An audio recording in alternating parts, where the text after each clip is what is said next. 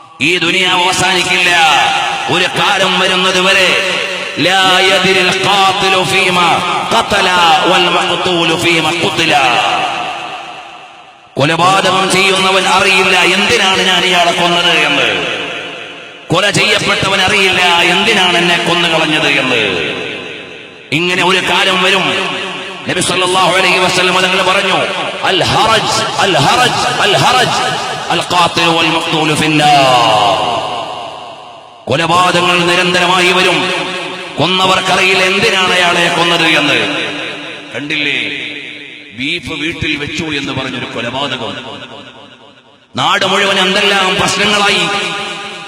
കൊല്ലാൻ പോയവൻ അറിയുമോ അവിടെ എന്തിനാണ് ഇയാളെ കൊല്ലാൻ പോണത്? പിന്നെ ആരോ ഉണ്ടാക്കിയ ചില രാഷ്ട്രീയ താല്പര്യങ്ങൾ, ഏതൊക്കെയോ വിചാരങ്ങൾ. നമ്മുടെ നാടുകളിൽ നിരന്തരമായി നടന്നുകൊണ്ടിരിക്കുന്ന കൊലപാതകങ്ങൾ. എന്തിനു കൊന്നു എന്നറിയില്ല, എന്തിനു കൊല ചെയ്യപ്പെട്ടു എന്നറിയില്ല. ഇങ്ങനെ നിരന്തരമായ കൊലപാതകങ്ങൾ വരാതെ ഖിയാമത്ത് നാളുണ്ടാവില്ല. അല്ലെങ്കിൽ മറ്റൊരു വ്യാഖ്യാനം കൂടിയുണ്ട്. കൂട്ടത്തോടെ കൊല ചെയ്യപ്പെടുന്നത് വരെ, മനുഷ്യന്മാര് കൂട്ടമായി കൊല ചെയ്യപ്പെടുന്നത് വരെ ലോകം അവസാനിക്കില്ല. ഫസ്റ്റ് വേൾഡ് വാറിൽ 15 മില്യൺ ജനങ്ങൾ കൊല ചെയ്യപ്പെട്ടു. നിങ്ങൾ ആലോചിച്ചു നോക്ക്. ഫസ്റ്റ് വേൾഡ് വാറിൽ ലോകത്ത് കൊല ചെയ്യപ്പെട്ടത്. രണ്ടാം ലോക മഹായുദ്ധത്തിൽ 55 മില്യൺ ജനങ്ങൾ കൊല ചെയ്യപ്പെട്ടു. വിയറ്റ്നാം യുദ്ധത്തിൽ 3 മില്യൺ ജനങ്ങൾ കൊല ചെയ്യപ്പെട്ടു. റഷ്യൻ വിപ്ലവത്തിൽ 10 മില്യണോളം വരുന്ന ജനങ്ങൾ കൊല ചെയ്യപ്പെട്ടു. സ്പെയിനിൽ 12 മില്യൺ ജനങ്ങൾ കൊല ചെയ്യപ്പെട്ടു. ഇറാഖിലും ഇറാനിലുമായി മില്യൺ കണക്കിന് ജനങ്ങൾ കൊല ചെയ്യപ്പെട്ടു. ഇപ്പോൾ ഇവിടെ നടന്നുകൊണ്ടിരിക്കുന്ന സെപ്റ്റംബർ 11 ശേഷം ലോകത്ത് കൊല ചെയ്യപ്പെട്ട മുസ്ലിമീങ്ങൾ എത്രയെന്ന് ചോദിച്ചാൽ 1 കോടിയിലേറെ മുസ്ലിമീങ്ങൾ കൊല ചെയ്യപ്പെട്ടു. ഞാൻ എന്റെ വക പറഞ്ഞല്ല, CNN-ന്റെയും ആനുകാലിക മീഡിയകളുടെയും തീവ്രവാദമില്ലായ്മ ചെയ്യാനെന്ന പേരിൽ അമേരിക്കയുടെ അധ്യക്ഷതയിൽ നടക്കുന്ന ലോക നരവേട്ടയുടെ ഭാഗമായി കൊല ചെയ്യപ്പെട്ട ആളുകൾ സിറിയയിൽ, ഈജിപ്തിൽ, ടുണീഷ്യയിൽ, ഫലസ്തീനിൽ, അതുപോലെ ആഫ്രിക്കൻ രാജ്യങ്ങളിൽ, ഇപ്പോൾ യമനിൽ, ഇപ്പോഴും തുടർന്നുകൊണ്ടിരിക്കുകയല്ലേ യമനിലെയും സിറിയയിലെയും ഫലസ്തീനിലെയും രാഷ്ട്രീയ ദുരന്തങ്ങൾ. മനുഷ്യന്റെ മൂല്യമറിയാത്തവർ, മനുഷ്യന്റെ വേദന അറിയാത്തവർ ഇടക്കിടക്ക് വൈറ്റ് ഹൗസിൽ നിന്ന് പറയും ഞങ്ങൾക്ക് അബദ്ധം പറ്റിപ്പോയി എന്ന്. പിന്നെയും കൊലപാതകം ആവർത്തിക്കുകയാണ്. കഴിഞ്ഞ ദിവസം ഞാൻ ഓർമ്മപ്പെടുത്തിയതുപോലെ സിറിയ എന്ന് പറയുന്ന പാവപ്പെട്ടവൾ അരുംകൊല ചെയ്യപ്പെടുന്ന അഹങ്കാരിയായ ബഷാറുൽ അസദ് എന്ന ധിക്കാരിയായ ഭരണാധികാരിയുടെ രാജ്യത്ത് അമേരിക്കയും റഷ്യയും എന്ന 2 ലോക മഹാശക്തികൾ അവരുടെ സൈനിക മത്സരം നടത്തിക്കൊണ്ടിരിക്കുകയാണ്. മരിച്ചു വീഴുന്നത് ആര്? സിറിയയിലെ പാവങ്ങളായ ജനങ്ങൾ, സിവിലിയന്മാർ. UN എന്ന് പറഞ്ഞുകൊണ്ടൊരു ഉമ്മാക്കി സാധനം ലോകത്തിന്റെ മുമ്പിലുണ്ട്.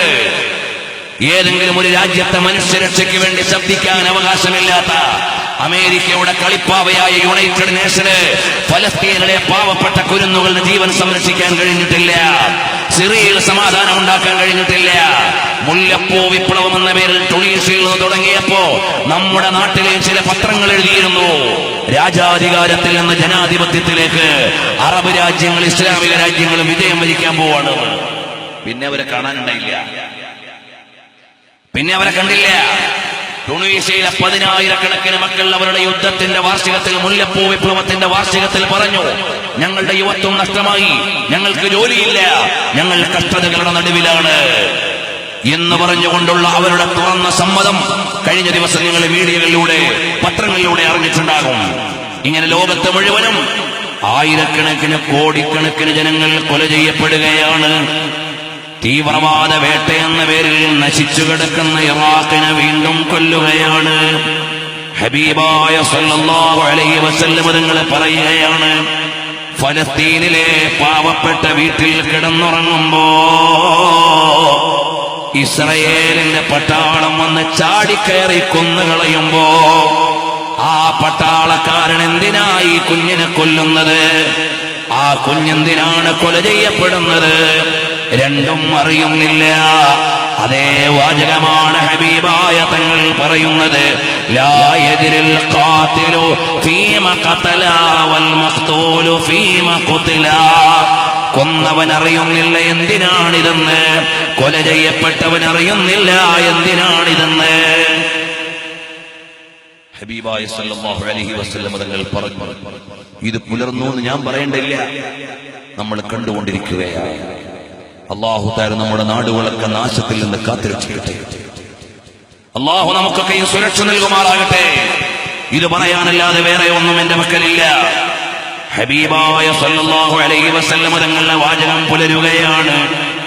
അതോടൊപ്പം അവിടുന്ന് പറയുന്ന ഒരു അറിയിപ്പുണ്ട്.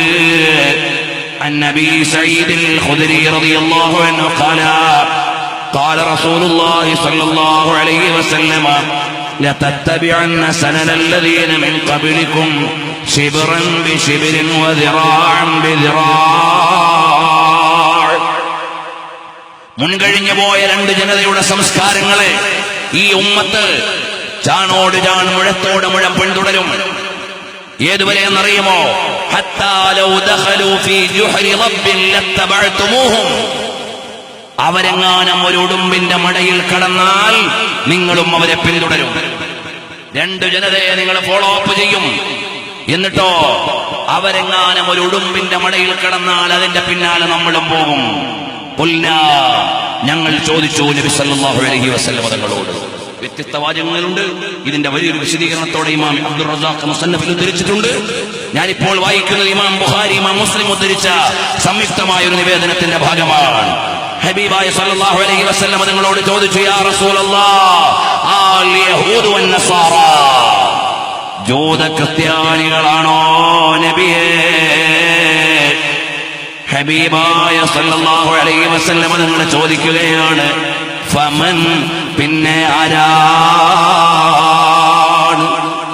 അതേ ജൂതന്മാരുടെയും ക്രിസ്ത്യാനികളുടെയും ശൈലികളെ ഈ സമുദായം ചാണോട് ചാൺ മുഴത്തോട് മുഴം പിന്തുടരും. അവരൊരു ഉടുമ്പിന്റെ മടയിൽ കടന്നാൽ നമ്മളും അതിന്റെ പിന്നാലെ പോകുന്നത് വരെ എത്തും.